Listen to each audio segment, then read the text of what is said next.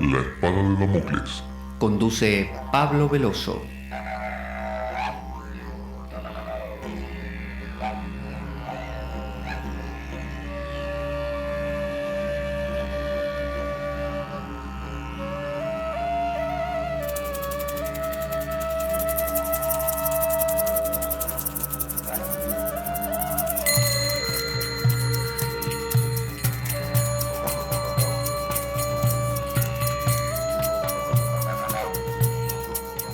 Tal como lo cortés no quita lo valiente, así lo hilarante no quita lo profundo.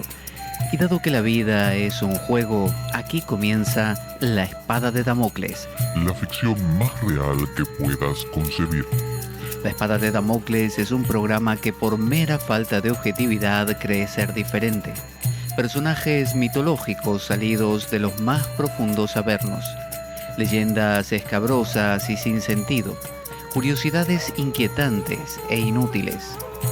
Historias antiguas malversadas por nuestra incapacidad de entendimiento. Y cuentos carentes de profundo significado. También pretenderemos sin el menor éxito entender al ser humano en toda su dimensión. En suma, si quieres desperdiciar tu vida, aquí comienza La espada de Damocles, la ficción más real que puedas concebir.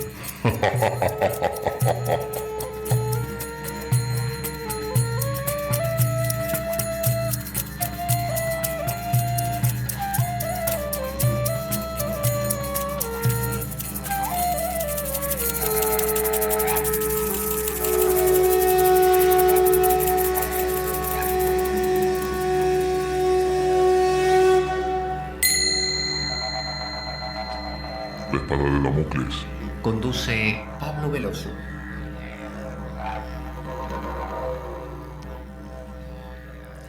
Buenas para todos. Aquí estamos otra vez en La Espada de Damocles. Soy Pablo Veloso y estábamos con la saga pendiente del Bhagavad Gita. Aquí lo tengo aquí a mano. Este es el Bhagavad Gita de Rafael. Habíamos contado que hay muchas versiones del Bhagavad Gita porque es un texto muy antiguo, lo han versionado, lo han traducido, lo han comentado, lo han distorsionado, han hecho lo que han querido con el Bhagavad Gita. Algunas versiones valen la pena, otras no mucho. Hay muchas y normalmente lo que conviene es contrastar una con la otra. Así que esta que estoy usando en este momento pertenece a Rafael, un vedantín, un cultor del Vedanta no dualista Advaita italiano. Y bueno, es muy acertado en sus comentarios, sobre todo porque hace referencia a esta no dualidad. Pero como digo, todos tienen, como se dice, su corazoncito, ¿no? Es decir, cada autor tiene su inclinación y va a tender hacia eso. ¿Qué era el Bhagavad Gita? Para recordar, bueno, es un diálogo entre quién, bueno, dos personajes que se... Bueno, aquí no, en este dibujo han puesto cualquier cosa, han puesto como una especie de lucha de caballeros medieval, pero en la India se peleaba antiguamente, entre otras cosas, con carros de batalla. Entonces Arjuna, el protagonista que seríamos nosotros, cualquiera de nosotros, es el que va dentro del carro con su arco y flecha preparado para dispararle a todos los que se le pongan delante. Y Krishna representa a Dios, representa esa voz de la sabiduría que nos habla al oído. Hay toda una metáfora del carro, que los caballos son los sentidos, que las riendas son la voluntad, que el conductor es la mente, que la voz de Krishna es como el buddhi, la inteligencia o la mente profunda, algo muy parecido a lo que ya Platón había prefijado y había también representado con esta misma metáfora. Metáfora que también usaba Parménides con el tema del carro, eso es algo que en el mundo antiguo era muy común. Estábamos en que Krishna le empieza a hablar a Arjuna y en este momento, más o menos, vamos a retomar por el verso 31, le habla del propio Dharma. Esa es una palabra que se usa mucho en el pensamiento hindú y que confunde bastante. Sencillamente porque no tenemos equivalentes, no hay palabras que representen lo mismo en nuestro lenguaje. Hay lo que diría Raymond Panikar equivalentes homeomórficos, es decir, otra palabra que quizá no representa exactamente lo mismo, pero arrima, acerca bastante. Entonces, ¿Qué es Dharma? Bueno, el Dharma, algunos lo traducen como la ley, en realidad no lo es. El Dharma es aquella naturaleza de las cosas de ser como son. Ese es su Dharma. Entonces, por ejemplo, el Dharma, habíamos dicho, de un manzano es manzanear. El Dharma de un ser humano quizá es alcanzar la realización como ser humano. Pero luego hay un Dharma pequeñito, es decir, todos los seres humanos en general, nuestro dharma, nuestra inclinación es alcanzar ese punto que uno dice, ahora sé de qué va esto, entiendo de qué va la vida. Ahora, hay un dharma personal. Pablo Veloso tiene, porque tuvo una educación distinta, porque le pasaron cosas muy puntuales, va a tener una inclinación hacia un comportamiento que los hindúes llaman swadharma, el dharma propio. Entonces, por ejemplo, si yo soy una persona que me dedico a hablar, a transmitir, a enseñar, bueno, mi swadharma, mi vocación, que viene del latín vocare, llamado, ese llamado, ¿cuál es mi llamado? Bueno, mi llamado es contar, hablar, transmitir, comunicar. El maestro será enseñar, el dharma de un bombero será apagar incendios. Es decir, el bombero, yo, el maestro, todos compartimos el mismo dharma, que es realizarnos como seres humanos, lo que Heidegger llamaría tener una vida auténtica. Ahora, el swa significa del ser, de su propio ser. El swadharma del bombero es apagar incendios de la mejor manera posible, salvar gente. El swadharma del maestro es enseñar. Mi swadharma es comunicar. ¿Cómo se entera uno cuál es su swadharma? Bueno, básicamente escuchando. Porque si la vocación es un vocare, un llamado, bueno, si yo afino el oído, voy a escuchar ese llamado.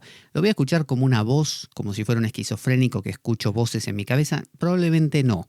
Probablemente lo que escuche sean indicios. Vaya notando que hay una suma de factores que me está orientando en esta dirección. Eso es un swadharma. Entonces, en esta parte, Krishna le dice que como él es un kshatriya, en el verso 31 del capítulo 2, le dice, además, considerando tu propio dharma, el swadharma, no deberías titubear. Para un kshatriya, acuérdese que las 4 castas son el trabajador manual, la más baja, el que le sigue es el comerciante, luego el que le sigue es el guerrero y el último es el, digamos, sacerdote. Bueno, Arjuna era un guerrero, un kshatriya. Entonces, ¿cuál es el dharma, el swadharma de un kshatriya, de todos los kshatriyas? Es luchar hasta la muerte y defender al desvalido. ¿Cuál es el swadharma puntual de Arjuna? Bueno, Arjuna lo sabrá, pero Krishna le está diciendo, tú, obviamente como ser humano, tu destino es realizarte, ¿no? Comprender, hacerte preguntas profundas. Ahora, ¿cuál es tu destino como guerrero? Luchar. ¿Cuál es tu destino como Arjuna? Bueno, eso lo tendrás que escuchar tú. Entonces le está diciendo que para un kshatriya no existe nada mejor que un combate legítimo, ¿no? La nobleza, las reglas, los parámetros del guerrero implican que tener delante un contrincante desafiante y todo enmarcado en un sentido realmente de importancia, de que esto tiene una trascendencia, que estoy salvando a la doncella o lo que fuera, eso es lo más importante para un kshatriya. Esto se lo está recordando Krishna. ¿Por qué lo hace? Porque a veces nos confundimos. A veces yo noto el vocare, la vocación de comunicar, pero digo, no, vi en la televisión que aquel otro, no sé, es actor y aquel tercero es político y le va mejor, entonces yo tendría que ser eso. Estoy traicionando mi propio swadharma. En lugar de vivir mi swadharma, estoy viviendo el swadharma de otro. Imagínense qué feo vivir la vocación de otro. Como cuando de repente a los niños se les impone que aprendan piano o que si alguien es hijo de un doctor, que sea médico también. Es decir, la vocación, el swadharma, tiene que ser algo muy propio, muy propio. Entonces, como Arjuna estaba queriendo no cumplir su swadharma, estaba Krishna tratando de decirle, escúchame, cumplilo porque si no vamos a tener problemas. Hay un dicho, y se lo resumo con esto, que dice así, Dharma protege al que se refugia en él. Es decir, si te refugias en el Dharma, en el ser de las cosas, en la manera de ser de las cosas, estás protegido. Es decir, los antiguos estoicos hablaban de que la naturaleza tenía una razón, en el sentido de que era racional. Por decirlo así, no racional de pensar pensamientos, sino racional en el sentido de que tiene un sentido. Entonces, ellos decían, si uno busca lo racional, mira la naturaleza sobre todo, como Thoreau, cuando escribió Walden, y hablaba de que me fui a los bosques, que esto se representa bastante en el Club de los Poetas Muertos o la Sociedad de los Poetas Muertos, donde leen esta literatura y por eso se van a los bosques a mamar justamente de la naturaleza misma.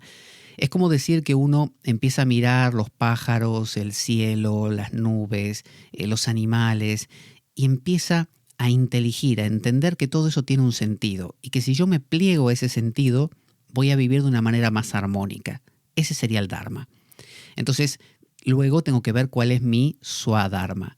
Si no lo cumplo, estoy haciendo adharma, es decir, no dharma, lo contrario. Y si estoy en estado de adharma, hago algo adármico, en contra del sentido de las cosas, bueno, estoy siendo lo que Heidegger llamaba un hombre inauténtico. Si soy inauténtico significa que no vivo de acuerdo, acorde a lo que la vida me pide como ser humano y como Pablo Veloso. Entonces aquí Arjuna está siendo criticado por Krishna porque, en el verso 31, porque Arjuna se quiere ir del campo de batalla. Es decir, sabe que es un guerrero y no quiere pelear. Es como si usted fuera una mamá y no quiere ejercer de mamá. O fuera, no sé, un piloto de avión y no quiere volar, ¿no? ¿Para qué? ¿Para qué te inclinaste hacia eso? Si eso es tu llamado verdaderamente, otra cosa es que no lo sea, si ese es tu llamado, traicionar ese llamado es matarte directamente.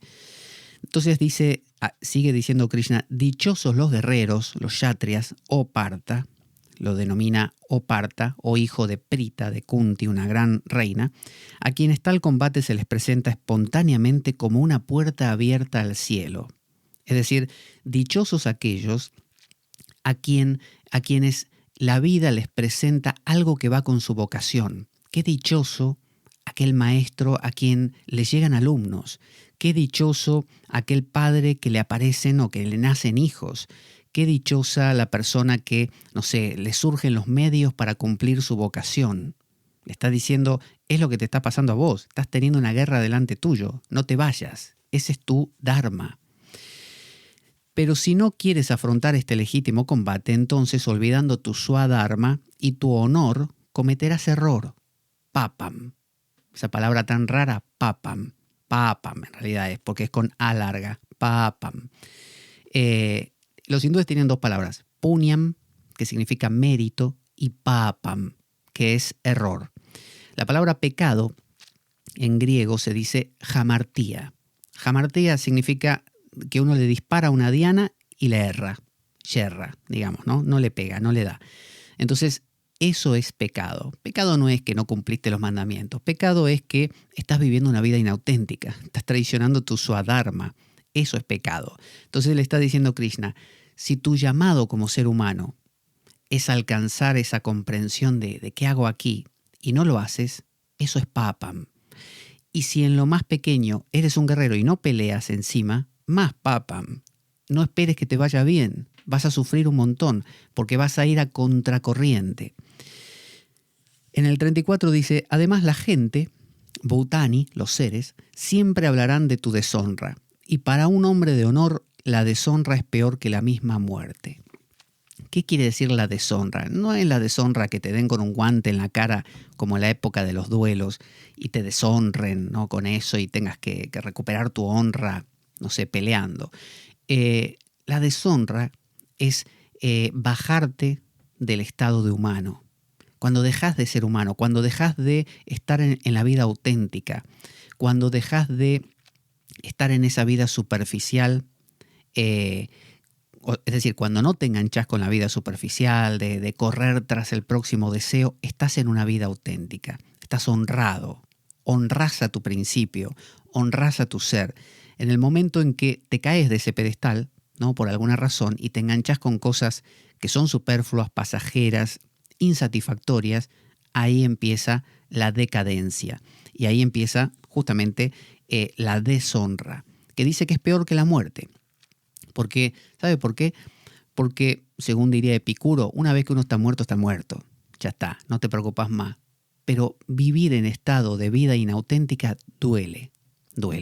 Cuando sabes que tenés que hacer algo, cuando sabes que tu dharma es tal cosa, cuando sabes que tenés que, no sé, realizar tales actividades porque te nacen, son tu vocación, y no lo haces, bueno, ahí estás sufriendo. Y sufrís toda la vida. Y no solo sufrís, sino que haces sufrir a los que tenés alrededor. Porque una persona infeliz genera infelicidad también en su entorno, por desgracia. Porque podría quedarse solo en esa persona, pero no lo hace. Entonces dice, los guerreros en sus grandes carros creerán que por miedo has rehuido el combate y de la estima que te tenían pasarás a encontrarte con su desprecio. ¿Quiénes son estos grandes guerreros? Bueno, acuérdese, toda este Bhagavad Gita es una gran metáfora de nuestra búsqueda de ese Krishna, de ese ser trascendente. Y los grandes guerreros del bando de Arjuna eran las grandes potencias que uno tiene que pujan o pugnan por llegar a ese estado. Y los grandes guerreros de los contrarios, de los Kauravas, son dentro de las malas tendencias, por lo menos las más potentes, también que van en esta dirección.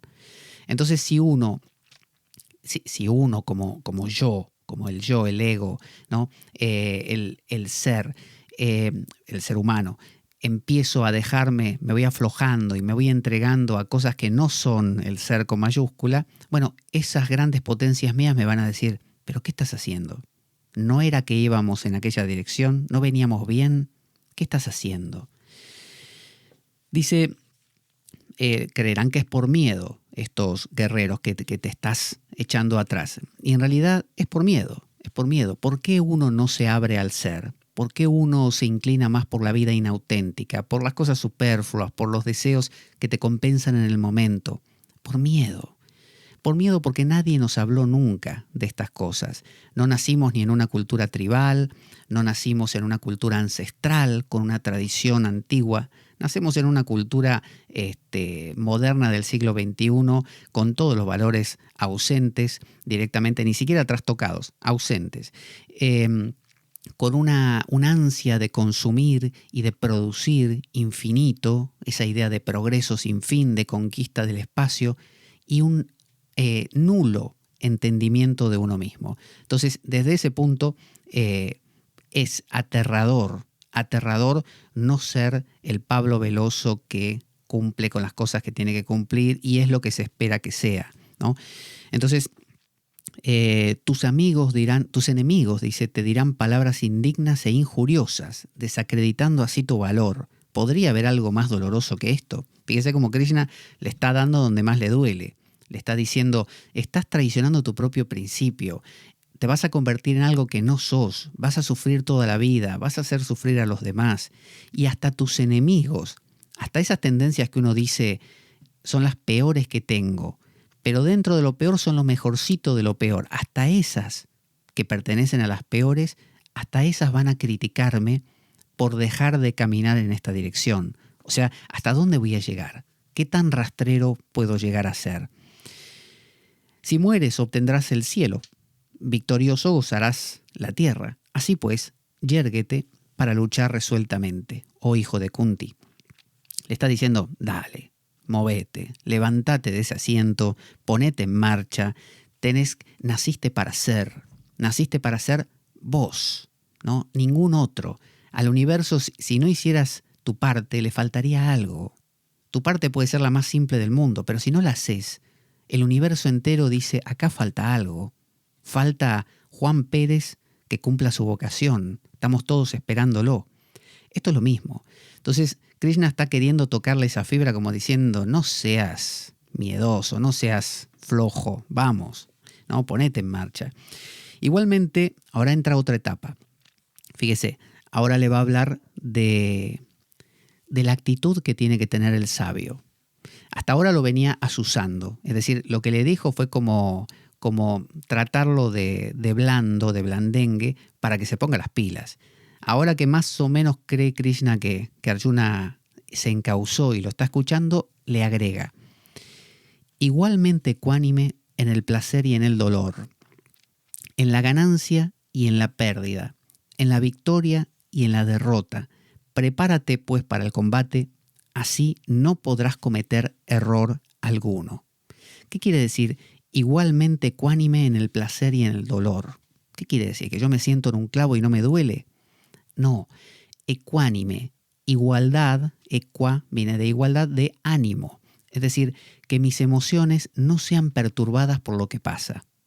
Yo me puedo sentar en un clavo y una vez que me duele y me doy cuenta que me senté en un clavo, puedo hacer un mundo de eso y emocionalmente deprimirme y criticar al Estado si quiero, ¿no? Pero eso no me va a ayudar en absoluto. Es más, me va a complicar la cosa.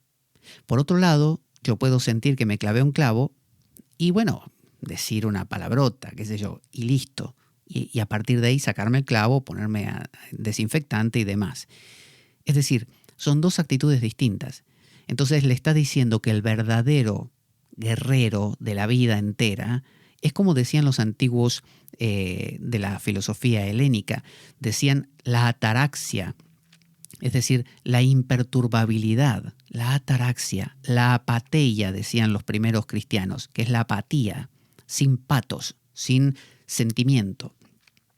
Y eso no quiere decir que uno se vuelva en una especie de, se convierta en un robot que no siente nada. No, apateia o apatía y ataraxia significan que sí te preocupas por las cosas, que sí pones energía en cada cosa que vas a hacer, que sí sentís, pero que no haces un mundo de cada cosa, que no te excedes. Entonces, si alguien te ofende, los estoicos enseñaban todo un arte de cómo, cuando te viene la situación, quirúrgicamente deshacerla, desmantelarla para que no tenga el peso que podría haber tenido y que tu estado interior se mantenga, si no es incólume, por lo tanto, por lo menos cerca. Entonces, esto es lo que le propone Krishna. Le dice que el guerrero tiene que ser igualmente ecuánime en el placer y en el dolor, en la ganancia y en la pérdida, en la victoria y en la derrota. Prepárate pues para el combate, así no podrás cometer error alguno. ¿Quién comete error? ¿Cómo sé que cometo un error, por ejemplo? ¿Cómo sabe usted que comete un error? Normalmente, para saber que cometemos un error, tenemos que tener un plan. Si yo tengo un plan y digo, hoy lo que voy a hacer es tal cosa y tal otra, y cuando entre en la tienda tal, voy a decirle al dependiente tal cosa, y supóngase que voy y cuando le tengo que decir no lo digo o no lo hago bien, y vuelvo a casa y me recrimino y me digo, ¿por qué? ¿Por qué no le dije lo que le iba a decir y cómo se lo iba a decir? Tendría que haber... Esto quiere decir que tenía un plan. Pero imagínese que usted vive sin plan, que va, como se dice, de momento a momento, ¿no? Cada cosa que va pasando, usted va actuando. Tiene planes, obviamente, hace planes. A las 3 de la tarde me encuentro con un amigo. Bien. Pero no lo tiene tan meticulosamente armado y con esa idea perfecta de que la cosa me tiene que salir como yo lo pensé hasta el detalle, ¿no? Decía, por ejemplo, Epicteto o Marco Aurelio, no me acuerdo, que si uno va a los baños públicos de Roma y espera que nadie lo salpique, uno es un loco, ¿no? Porque alguien te va a salpicar siempre. Y si cuando te salpican te enfadás, directamente eso es un tarado, porque si sabes que en el baño público te van a salpicar y vas pensando que no te van a salpicar, es ser tonto, es garantizarse un enfado. Entonces, para poder mantener esta ecuanimidad, justamente se trata de no hacer planes hasta el punto que las cosas cuando no salen como las tenías pensadas, te perturben. De esta manera no hay error, no hay un me equivoqué, hay un hice lo mejor posible. Como no tenía plan, el mejor posible es lo mejor que pudo ser. No tenía plan. Si yo digo tengo que sacarme un 10 en el examen y me saco un 9, fallé. Entonces me siento mal y pierdo mi estado de equilibrio emocional. Pero si yo digo voy a dar lo mejor posible en el examen y me saqué un 7 y aprobé, eso es, no hay problema, no me perturbe. Eso le está proponiendo. En la India eso se llama Nishkama Karma. Fíjese qué palabra. Si usted va a una reunión, por ejemplo, y quiere llamar la atención, pone a todos en ronda alrededor suyo y les dice, ¿a qué no saben qué significa Nishkama Karma? Y con eso tiene para hacer el as de la fiesta toda la noche. Nishkama significa Nish, sin, Kama, deseo, como Kama Sutra, deseo. Entonces, actuar sin deseo quiere decir que actúo sin esperar que la cosa salga exactamente como la planeé. Actúo dando lo mejor de mí y punto. Entonces, por eso le dice, así no cometerás error alguno. La enseñanza, dice en el verso 39, Buddhi, inteligencia, conocimiento, que te he transmitido es la del Samkhya. Aquí Krishna le está contando que lo que le está transmitiendo es el Samkhya. El Samkhya es una filosofía muy antigua de la India. Algunos dicen que es pre-arya, pero en este caso se usa la palabra Samkhya como sinónimo de conocimiento, como sinónimo de el yoga, ¿no? El modo de reconectarse con, pero desde el conocimiento. Estaba mirando el chat y aquí está Mar, a quien le mando un beso muy grande. Gracias por estar ahí, Mar. Quien quiera escribir en el chat puede escribir, que voy mirándolo de vez en cuando y si hay alguna pregunta la contesto. Entonces le dice, te estoy enseñando el Samkhya, es decir, te estoy enseñando a pensar, te estoy enseñando la sabiduría, te estoy enseñando las cosas profundas, como quien dijera, te enseño filosofía. Escucha también lo que respecta al yoga. Lo que respecto al yoga voy a decirte, penetrando en este conocimiento, sabiduría, las dos cosas, o parta, romperás las cadenas del karma. Le está diciendo, si quieres romper las cadenas del karma, es decir, vivimos atados al karma, atados a la acción. Karma quiere decir acción. Entonces, esa raíz del karma, kri, esa raíz, bueno, viene de acción. Entonces, estamos atados a la acción, no actuamos libremente. Actuamos con un plan prefijado, esperando cosas, no salen como queremos, nos ponemos mal. Por lo tanto, para nosotros actuar es sinónimo de sufrimiento. Entonces, Krishna le está diciendo, mira, te voy a dar la clave de cómo salir del problema del sufrir al actuar. Y para eso te voy a dar una doble enseñanza. La enseñanza teórica, el Samkhya, que tiene que ver más con que te observes y reflexiones, y la enseñanza del yoga, que es más práctica, pero no habla del yoga de las posturas. El Hatha Yoga, yoga de las posturas, vino muchos siglos después. Ahora Krishna le está hablando del yoga en el sentido de unión. Cuando uno dice religión, religare, significa justamente unir. Entonces, aquí lo usa en el mismo sentido. Entonces, dice en el verso 40, en ello no se pierde ningún esfuerzo, ni hay dificultad alguna. Incluso un poco de esta práctica te aleja del temor. ¿Se acuerda eso de los evangelios que dice, Jesús decía, mi yugo es suave, ¿no? y mi carga llevadera? Es decir, este camino que le propone Krishna es un camino simple, no es un camino complicado. No nos está hablando de que tenemos que subir al Himalaya y desde ahí, no sé, entonar cierto mantra en una postura determinada en una época del... No, nos está hablando de cosas muy cotidianas, muy simples de aplicar, como esto de no tener un plan prefijado hasta el milímetro como para después uno que se frustre. Dice, mediante ella, mediante la práctica, o regocijo de los kuru, ¿no? Le está hablando de que ahora lo está enalteciendo, como diciendo, vamos, que sos un grande. La mente concibe una única resolución, mientras que la mente de los irresolutos tiene ramificaciones sin fin. Fíjese, está hablando de que aquella persona que está en este camino está unida. La persona que no está en un camino de comprensión, de autoobservación, está toda disgregada. El drama de nuestro tiempo tiene que ver con la escisión. Está la ciencia, la religión, por otro lado está el arte, por otro lado está, no sé, la teología.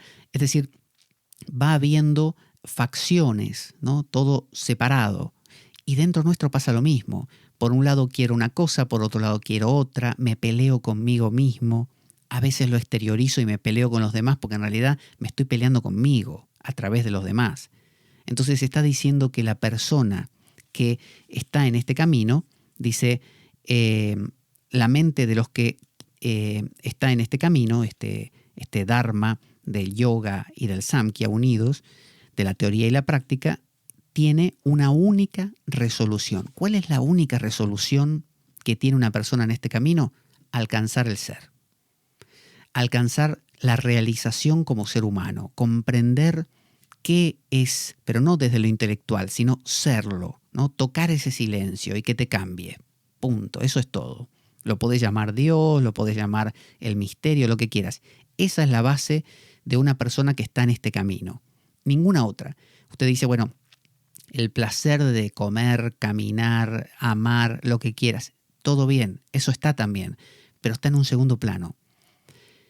Para un ser humano, la primera y única cosa importante es la realización. Sin eso, todo lo demás se muere. Entonces, ¿de qué te sirve ser un árbol que tenga las mejores manzanas si se te pudrió la raíz? Entonces, ¿cuál es la raíz? La raíz es, diría un religioso, Dios. Diría un filósofo, el ser. El arjé, el principio original. Bueno, eso es lo que lo que cultiva una persona que está en este camino. Entonces no está dividido, no pierde fuerza. El yogi es un avaro de energía.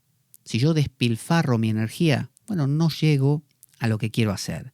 Imagínese que usted se quiere comprar algo y no ahorra, gasta. Bueno, nunca lo va a comprar.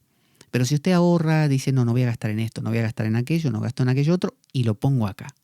Y donde uno lo pone, con eso le dice uno al del kiosco, deme todo esto de caramelos, por ejemplo. Y uno se come 8.000 caramelos. Esa es la cosa. Esa avaricia, ese ser avaro de energía, egoísta, no perder esa energía, lo digo así para que suene entendible, pero no sería egoísmo. Sería preservación, sería una inteligencia, una búsqueda racional de un propósito. Bueno, eso es lo que tienen los que siguen este camino. Y los que no son irresolutos, o sea, no tienen ninguna resolución, no se resuelven en ninguna dirección, no se abren para nada. Hoy es esto, mañana es aquello, hoy estoy con esta chica, mañana se me ocurrió estar con otra, pasado con otra más, ahora me como esto, mañana quiero más y quiero comer la comida exótica de no sé dónde y después, y así con cualquier cosa. Uno puede hacer de la cultura, del ejercicio físico, de cualquier cosa puede hacer una inagotable fuente de entretenimiento. Aún de la religión, aún de las cosas profundas. Entonces, se trata de un despojamiento. Fíjese, le dice, para liberarte del karma, tenés que vivir en nishkama karma. O sea, le está diciendo, tenés que soltar tu deseo. No que no te den placer las cosas, sino tu deseo de que las cosas sean como querés. Si lo soltás, te despojás, ahí es donde te liberás del karma. No te toca, no te afecta. Entonces dice, o Parta, le sigue insistiendo, o Prita, o hijo de Kunti, ¿no? Está refiriéndose, Prita es Kunti, a la gran reina Kunti, como diciendo, sos el hijo de la reina Kunti, no me vengas acá con menudencias. O Prita, o Parta, los necios que se complacen en la interpretación literal de los Vedas, con palabras floridas dicen, fuera de esto no hay nada. ¿Qué son los Vedas? Bueno, los Vedas son unos textos antiguos de la India que cuando se los nombra así de forma genérica se refiere a todo el cuerpo de escrituras hindúes, o sea, lo que se llama los Sruti, los Brahmanas, los Aranyakas, los Upanishad, los Puranas, los Itihasas y todo lo que aparezca, los Tantras. Todo eso es conocido como los Vedas. Imagínense dentro del mundo cristiano cualquier cosa que haya escrito cualquier santo, cualquier cosa que haya escrito cualquier intérprete, cualquier cosa que haya escrito cualquier apóstol, todo la Biblia, todo el conjunto, eso sería como los Vedas. Entonces dice que hay algunos que lo toman literalmente. Es decir, que dicen, si Jesús caminó sobre las aguas, caminó sobre las aguas.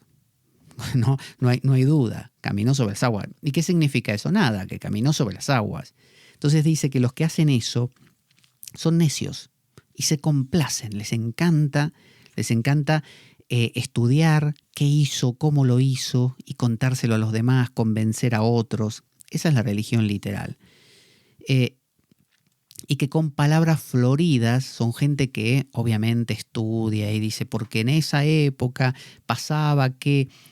Y con palabras muy agradables dicen, más allá de esto no hay nada. Y el pensamiento alegórico es aquel que, ¿no?, que señala con metáforas hacia algo más profundo, ¿no? Es un lenguaje simbólico. Entender que caminar sobre las aguas no es un tipo caminando sobre el agua de verdad, ¿no? O si lo hizo, da igual. David Copperfield también caminó sobre las aguas. Me estoy refiriendo a que el símbolo, caminar sobre las aguas, ¿qué son las aguas? Y quizá la vida. ¿Qué es caminar sobre las aguas y no hundirte? Y que podés justamente vivir de tal manera que no te coma el mundo. Bueno, eso es la interpretación alegórica. Esa interpretación alegórica es la que esta gente, dice necios, niegan. Y toda la religión actual, cristiana, islámica, que se vuelve fanática porque defiende presupuestos literales, carece de poesía, carece de profundidad. Si Mohammed recibió el Corán en esa cueva, bueno, recibió el Corán en la cueva es una cueva de verdad y está ahí, la señalamos y la visitamos en peregrinación, no hay vuelta. O si, como digo, Jesús nació de una virgen, es una chica que no había tenido relaciones, es virgen.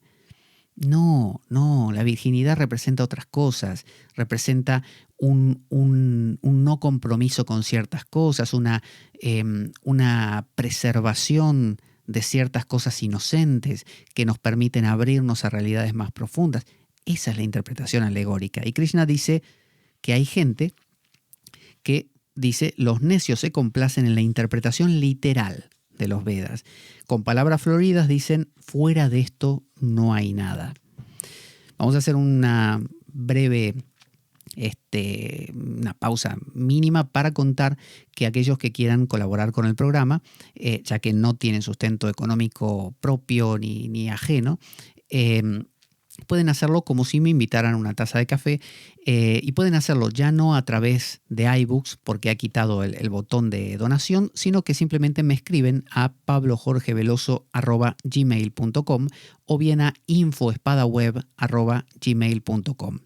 En estos dos correos me cuentan que quieren colaborar y yo les envío por un lado el enlace de PayPal, de mi cuenta de PayPal y también de la cuenta bancaria, por si uno lo quiere hacer por un lado o por otro.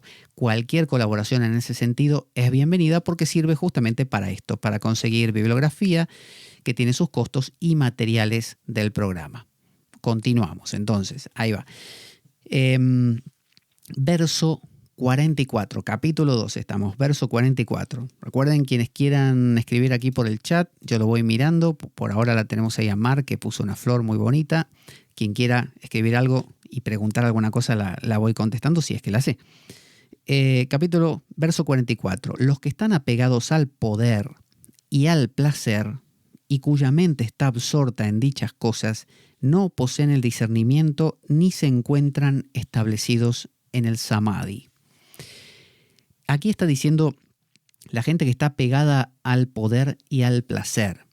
No dice la gente que disfruta del poder o del placer. Por ejemplo, yo frente a este micrófono tengo cierto poder, que es el poder de la palabra, de poder hablar, poder comunicar, que alguien me esté escuchando.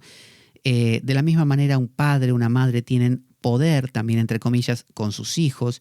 Ese es un buen poder. Es el poder natural que se da por simplemente cuando se reúnen seres humanos, algunos coordinan unas cosas y otras otras. Pero luego está el apego, el que me gustó porque baso mi vida en que poniéndome por encima de los demás me siento más feliz porque me siento más grande. Ahí hago del poder un fetiche. Entonces, lo que está diciendo es quien se apega al poder y al placer.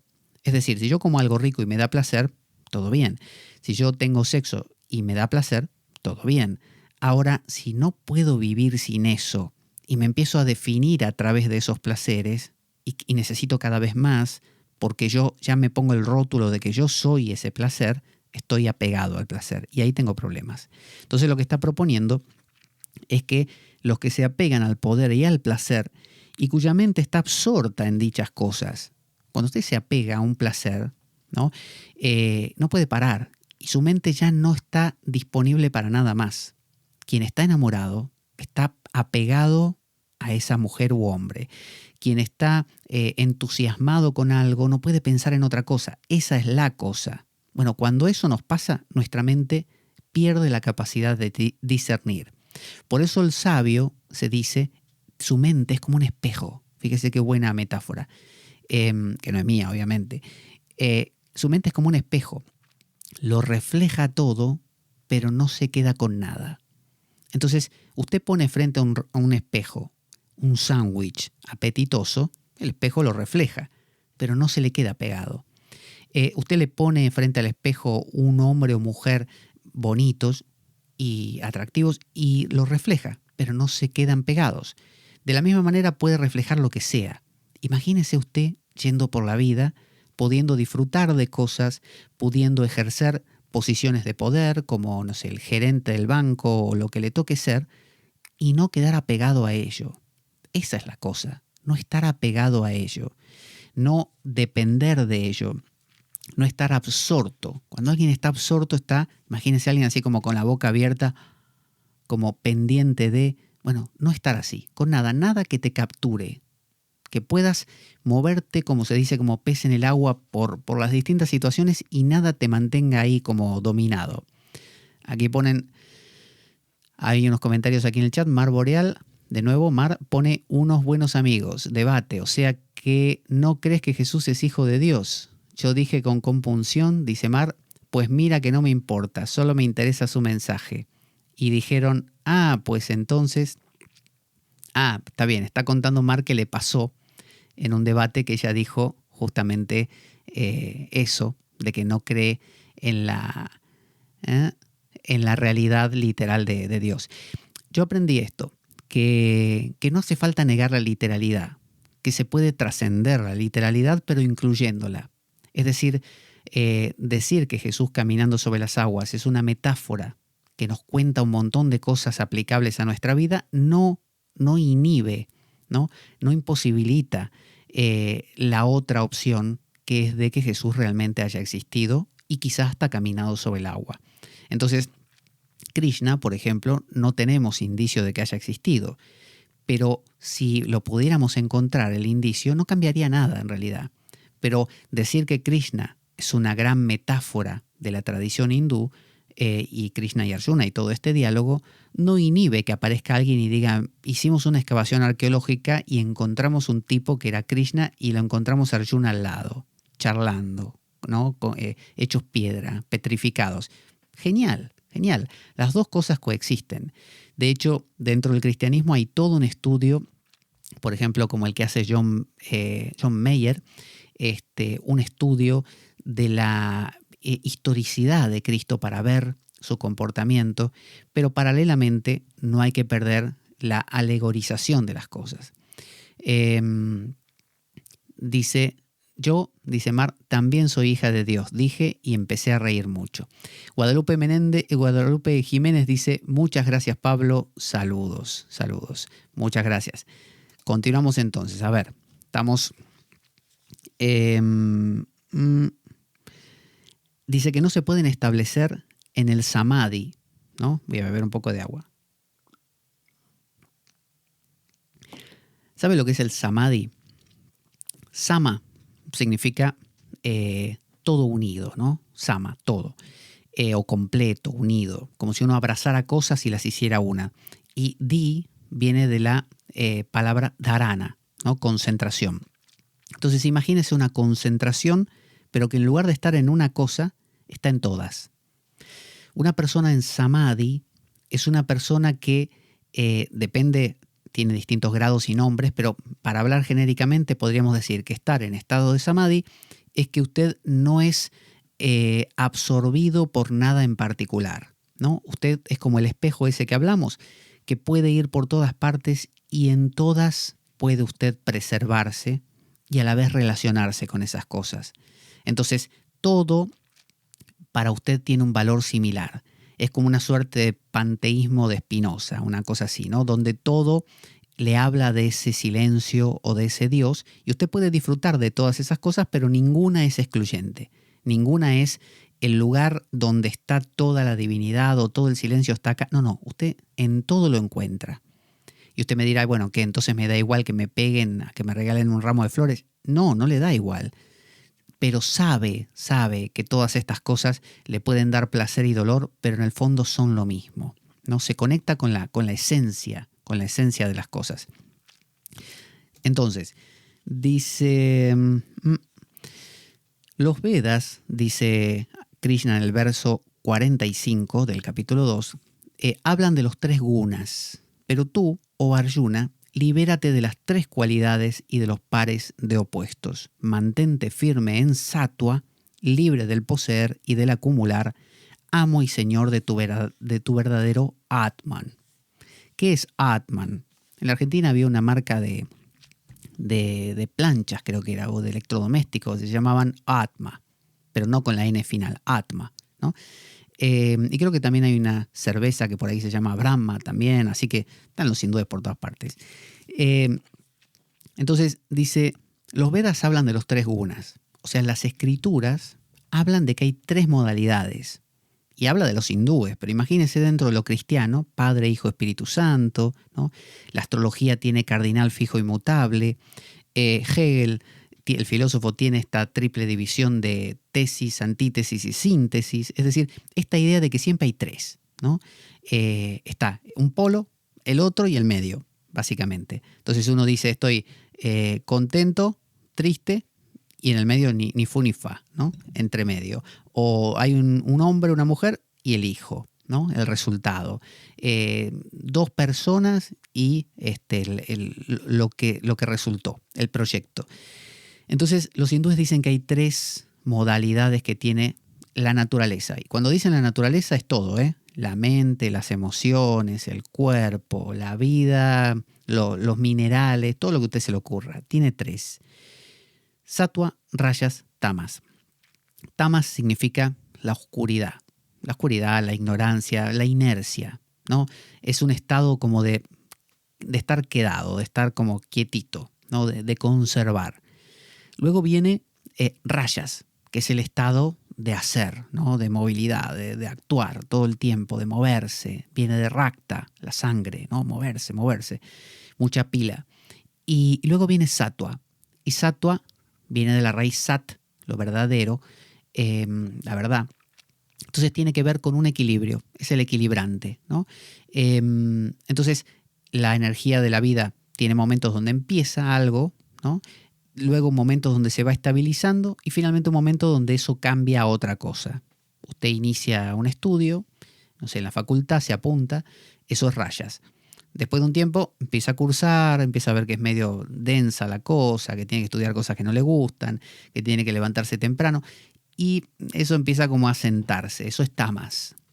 Y finalmente viene el momento donde usted se replantea, producto de todo esto, lo que está estudiando, cómo lo está llevando y o bien hace un vuelco, un cambio y sigue con lo mismo pero transformando algo, los hábitos de estudio, quitándose asignaturas porque se puso muchas, o bien lo abandona y pasa a otra cosa. Eso es Sattva. Este abandonar y pasar a otra cosa es el estado más equilibrado, podríamos decir, porque no tiene ni de uno ni de otro. No es ni acción ni tampoco es reposo. Es el medio. Es como una especie de estoy ahí, estoy ahí, estoy ahí. Es el Espíritu Santo. Entonces, Krishna le está diciendo, no te dejes enganchar por la pasión, ¿no? De hacer 1000 cosas, ni tampoco por la inercia de quedarte así como estancado. No, busca al revés. Busca esa especie de fluctuación que te mantiene rebotando, pero chiquitito, así, rebotando entre cosas, pero ninguna te captura. Nietzsche, en su Zaratustra, decía que hay 3 estadios también, el de más abajo, el de tamas, el de estar estancado en tal caso. Él lo conectaba con la figura de un camello, ¿no? Porque el camello come a veces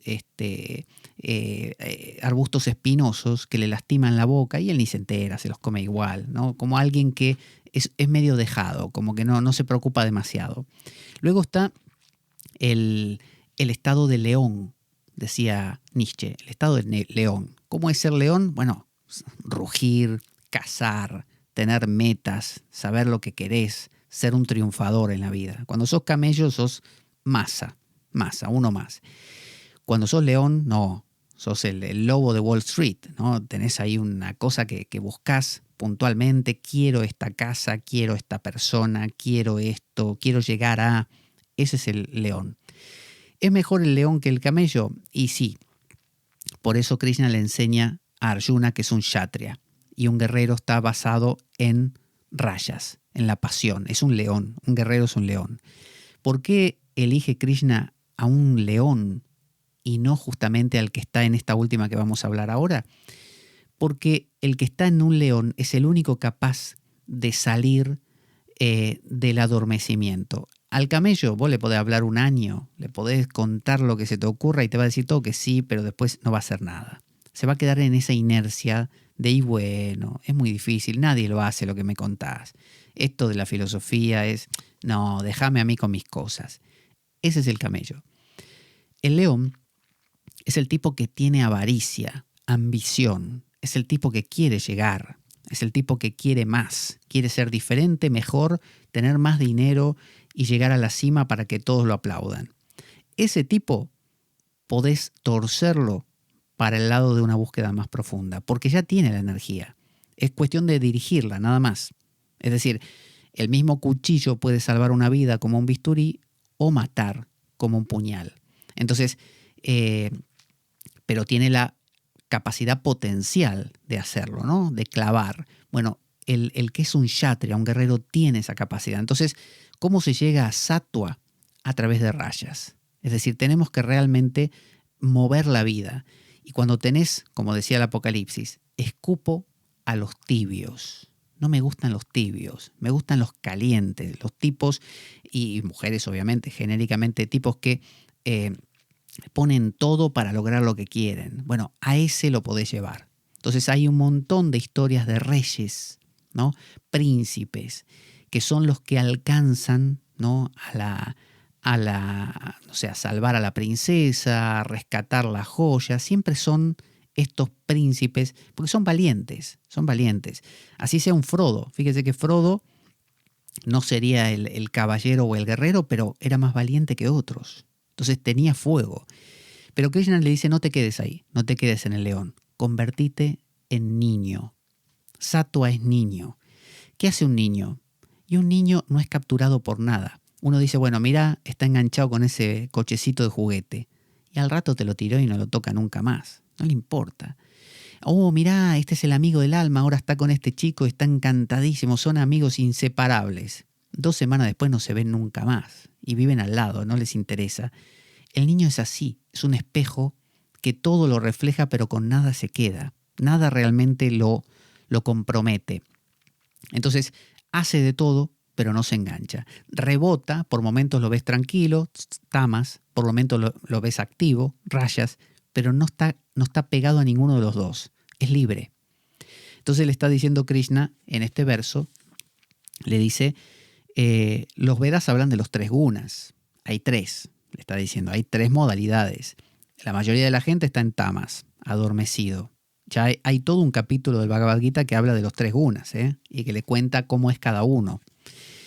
Y le dice, pero tú, le dice, libérate de las cualidades de los pares de opuestos. ¿Qué son los pares de opuestos? Bueno, frío, calor, bueno, malo, lindo, feo, conveniente, inconveniente, moral, inmoral. Todos esos pares de opuestos que son cosas que uno predefine. ¿Qué es lo bueno? Y lo que me parece a mí. ¿Qué es lo malo? Y lo que me parece a mí. Entonces, ¿es malo que me pase esto? Y quizá, si yo lo miro a largo plazo, acaba siendo bueno. Pero en el momento me parece malo. Entonces, ¿malo o bueno? Depende de lo que yo crea. Entonces le dice, deja de creer. Deja de creer. Decía, creo que era Platón, que hay un conocimiento que es la doxa, el conocimiento del estudio de las cosas, ¿no? de lo que se dice, ¿no? de las cosas. Eso es la doxa, interpretativo. Y por otro lado está la noesis, ¿no? El conocimiento noético. Esa noesis Es como el jnana de los hindúes o la gnosis, ¿no? Es la capacidad de vaciarte de todo lo que es racional y abrirte a una respuesta que excede cualquier opinión pequeñita. Ese es el desafío. Entonces, dice, libérate de los pares de opuestos, mantente firme en sattva, en eso, en el equilibrio, libre del poseer y del acumular. De nuevo, no es que no tenés que poseer. Uno dice, poseo este micrófono. No, no lo poseas, porque si no, libre del acumular. Uy, poseo o acumulé, no sé, 3 conectores de micrófono de repuesto. No los acumules. No está diciendo eso. Lo que dice es, fíjese, libre del poseer y del acumular. Libre. Es decir, no quedes preso de eso. Yo puedo tener 100 micrófonos y no estar preso, o tener uno y estar preso. Entonces, obviamente que quien más tiene es más propenso a quedarse pegado a sus cosas, porque tiene que cuidar de todas esas cosas. Y el que menos tiene suele ser menos apegado, pero no siempre. A veces a ese que no tiene nada, usted mañana le da un montón de cosas y descubre que es más papista que el papa, más apegado, ¿no?, que el que tenía mucho. Entonces, no se trata solamente de desposeerse. Si yo regalo todas mis pertenencias, no por eso soy desapegado, simplemente soy pobre, regalé todo. El tema es tener lo suficiente, pero no apegarse a las cosas. Entonces, dice, mantente firme en sattva. Fíjense el detalle, mantente firme. No le dice, bueno, quédate en sattva y vas a estar bien.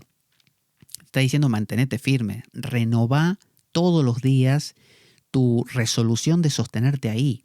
Porque si no, te come tamas y te come rayas. Cuando estás en rayas y estás queriendo ser el rey del mundo y te sale mal, te deprimís y te convertís en tamas otra vez, en un tamásico. Después de un tiempo empezás a tener energía otra vez y volvés a ser un rayásico. La idea es mantenerte en sattva, no dejarte comer ni por uno ni por otro, ¿no? Entonces dice, libre de poseer y de acumular, amo y señor de tu verdadero Atman. Entonces le está diciendo, amo y señor de tu verdadero ser, ¿no?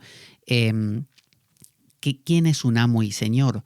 Bueno, aquel que no es llevado de aquí para allá. ¿Cómo sabe uno cuál es el esclavo? Y porque al esclavo lo mandan y le dicen, hace esto, no haga lo otro. Pero al amo no. El amo es el que da las órdenes. Entonces, la pregunta sería, yo, nos hacemos esta pregunta. ¿Soy un esclavo de mis pasiones? ¿Soy un esclavo de mis apetencias? ¿Soy un esclavo de mis intereses?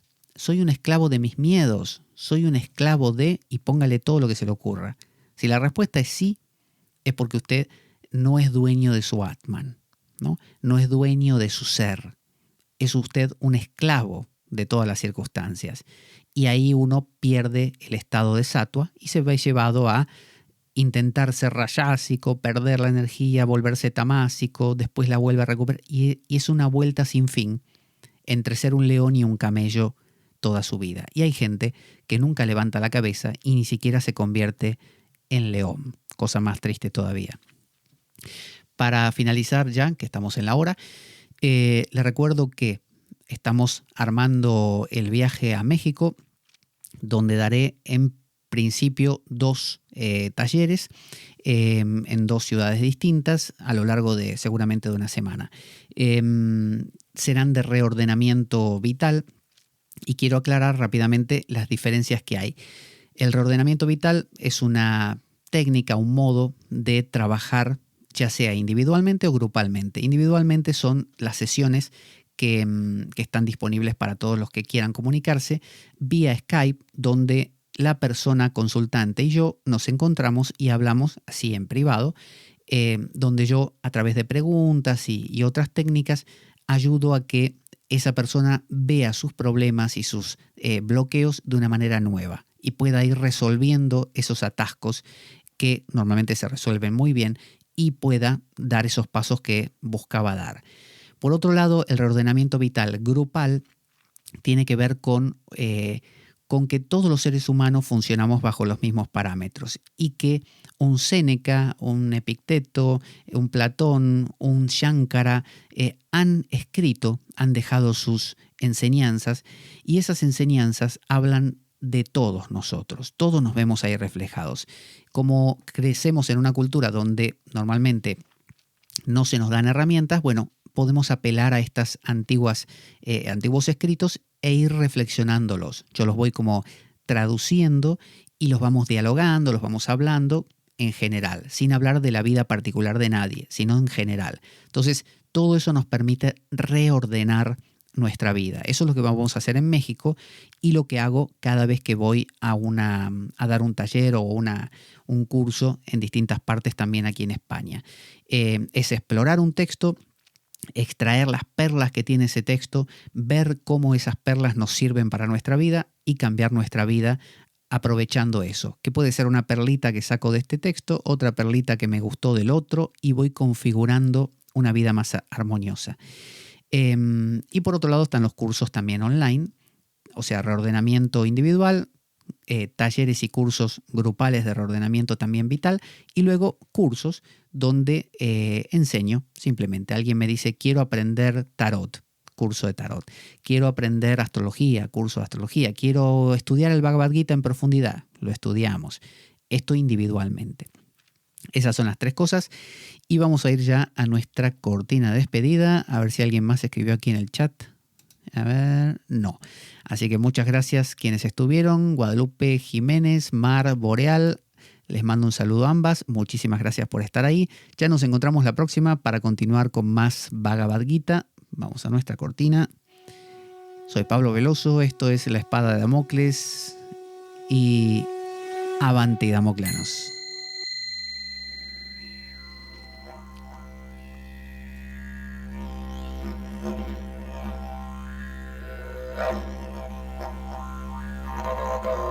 La Espada de Damocles. Conduce Pablo Veloso.